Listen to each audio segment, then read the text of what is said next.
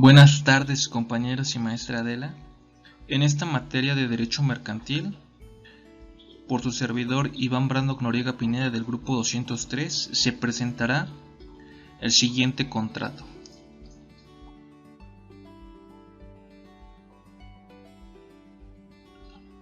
El contrato de asociación en participación. ¿Saben qué es? ¿Han escuchado de él o lo conocen?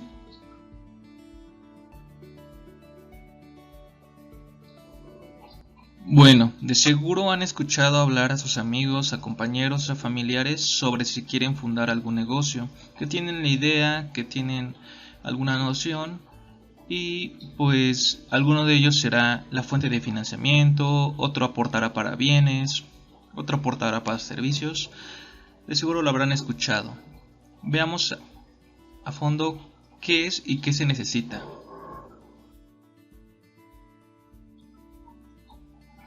Como ya se comentó, hemos escuchado que alguna vez algún compañero o un familiar hablan sobre que quieren realizar un negocio.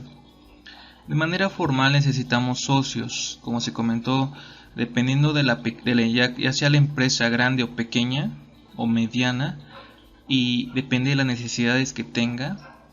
Se van a necesitar socios industriales, socios capitalistas, o nada más inversionistas, o nada más fuente de financiamiento de alguien. Va a depender de los intereses que tenga la empresa.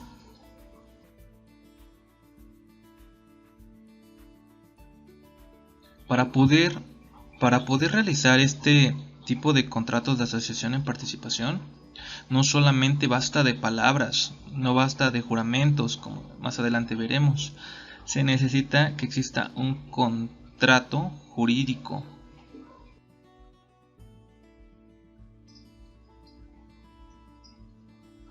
No solo debe de quedar en palabra, una vez que con nuestros compañeros o con un familiar decidamos emprender un negocio, no solo debe de quedar en una amistad, en un lío amoroso, sino debe de existir un contrato físico tácito que le dé esa veracidad.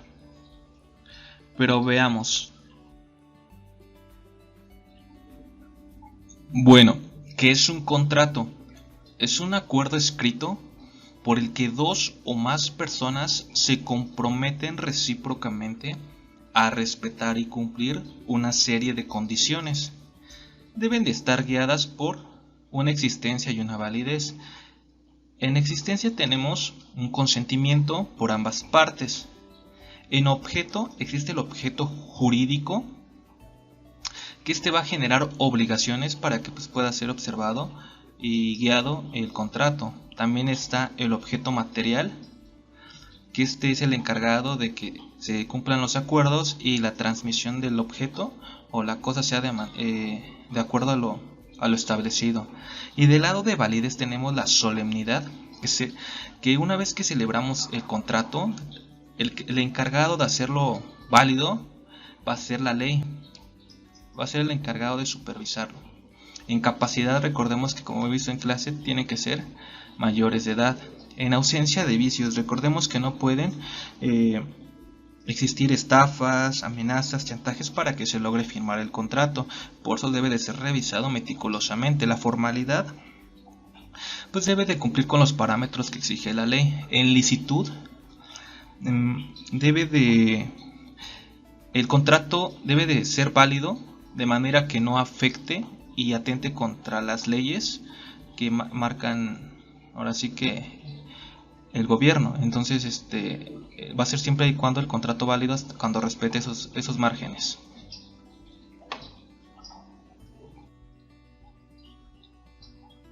El contrato va a ser ese hecho establecido que producirá efectos legales de orden jurídico.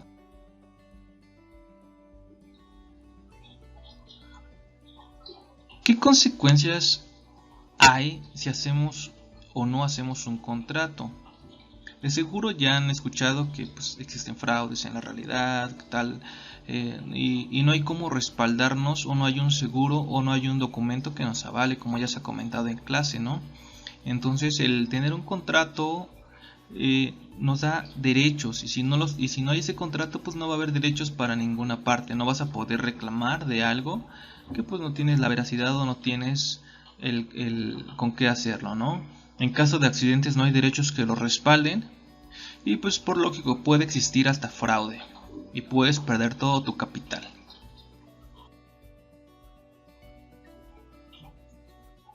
Los contratos de asociación en participación, como ya se mencionó, de que es un contrato, un poco de las empresas, quienes pueden conformar ese tipo de asociaciones, pues vemos de qué está compuesto, ¿no? En qué partes se divide y en qué partes se va dividiendo.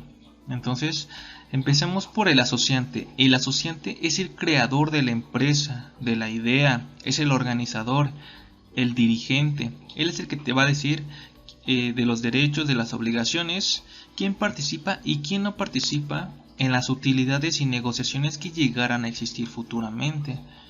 Ahora sí que él es el líder. Y el asociado. El asociado pues puede ser uno o pueden ser varios, dependiendo, como ya se comentó, qué tan grande sea o pequeña la empresa o con qué fines sea fundada y propósitos. Pero el asociado va a ser el que aporte dinero, bienes, servicios, claro, a cambio de una participación en la empresa y de una remuneración de acuerdo a sus aportaciones.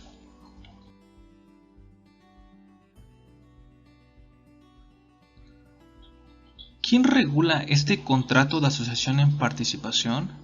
Lo regula la Ley General de Sociedades Mercantiles, es decir, si tú quieres fundar tu negocio con un compañero o con un familiar o con alguna amistad, deben de cumplir con los siguientes criterios y conocer los siguientes artículos. Artículo 252. La asociación en participación es un contrato por el cual una persona concede a otras que le aportan bienes y servicios, es decir, si tú eres el asociante, tus asociados te van a ceder sus aportaciones de bienes y servicios. Entonces van a tener una participación en las utilidades y en las pérdidas de las negociaciones que llegarán a existir en las operaciones de comercio. El artículo 253. La asociación en participación no tiene personalidad jurídica, ni razón social o denominación. Como ya se comentó, pues no necesariamente tiene que ser ante un notario y no necesariamente tiene que cambiar de hacer personas morales, sino pueden seguir siendo personas físicas. El artículo 254. El contrato de asociación en participación debe constar por escrito, como ya se comentó, y no estará sujeto a registro, es decir, no necesariamente necesitamos un notario público. El artículo 255. En los contratos de asociación en participación se fijarán los términos. Una vez que ya decidiste con tu compañero o con tu amistad formar el negocio, pues deberán fijar los términos de acuerdo a el tipo de empresa y de acuerdo a los intereses y condiciones que deberán realizarse.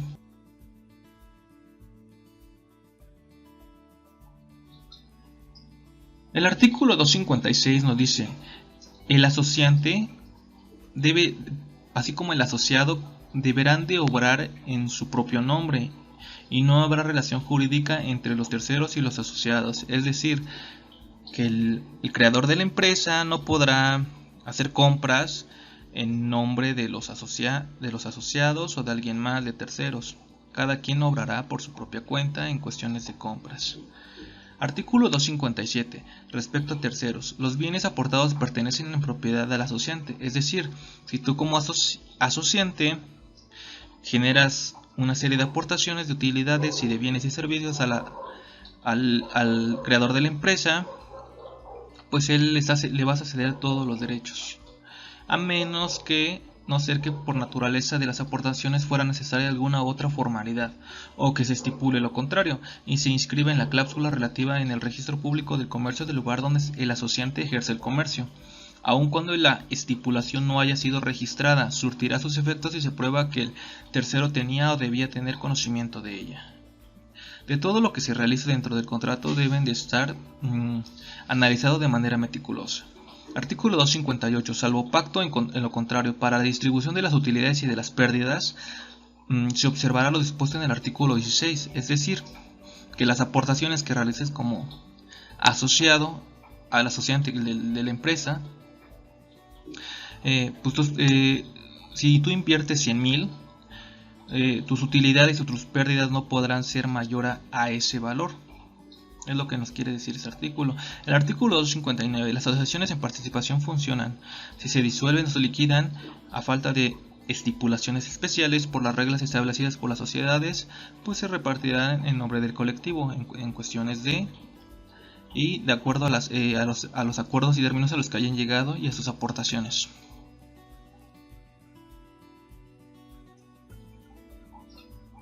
Las características del contrato de asociación en participación deben ser formalizadas por escrito. Como ya se comentó, no debe de ser o debe de quedar de manera oral, debe de quedar de manera escrita. En él se establecerán el propósito de la empresa y los propósitos y las necesidades que llegue a tener la empresa o el giro, las aportaciones concretas que realiza cada asociado y en cuestión de remuneración de utilidades y de pérdidas si llegaran a existir. Los acuerdos que se llegarán sobre el reparto de las utilidades o pérdidas. Entonces deben de estar conscientes todos. Vigencia de la empresa. Como ya se comentó, cuando se crea una empresa o se registra, debe de tener una vigencia y en base a ella o con base a ella va a depender de qué tanto sea el objetivo, el propósito o la necesidad. Existen, acordémonos que de pequeñas empresas, medianas empresas, existen sociedades lucrativas civiles, sociedades colectivas, sociedades anónimas.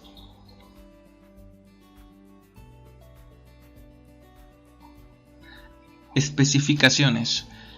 Como ya se comentó en los artículos, no está sujeto a registros, no necesitamos de un notario público, podemos hacer el contrato de manera física y escrita sin necesidad de que haya o esté presente un notario público.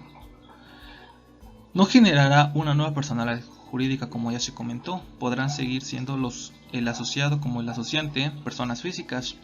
No se podrán realizar actividades comerciales o productivas a ningún nombre que no sea el que compra. Cada quien actuará por su nombre propio. Los terrenos ejidales, si se compromete en su uso, solo existirá un contrato válido por 30 años sujeto a prórroga. Repartición de utilidades y pérdidas, como ya se mencionó en el artículo 258, van a ser de acuerdo a las aportaciones y no mayor a ellas. Se distribuirán proporcionalmente si se llega a disolver la empresa. Y si no llegan a existir todo este tipo de términos y de acuerdos, pues naturalmente se disuelve la empresa.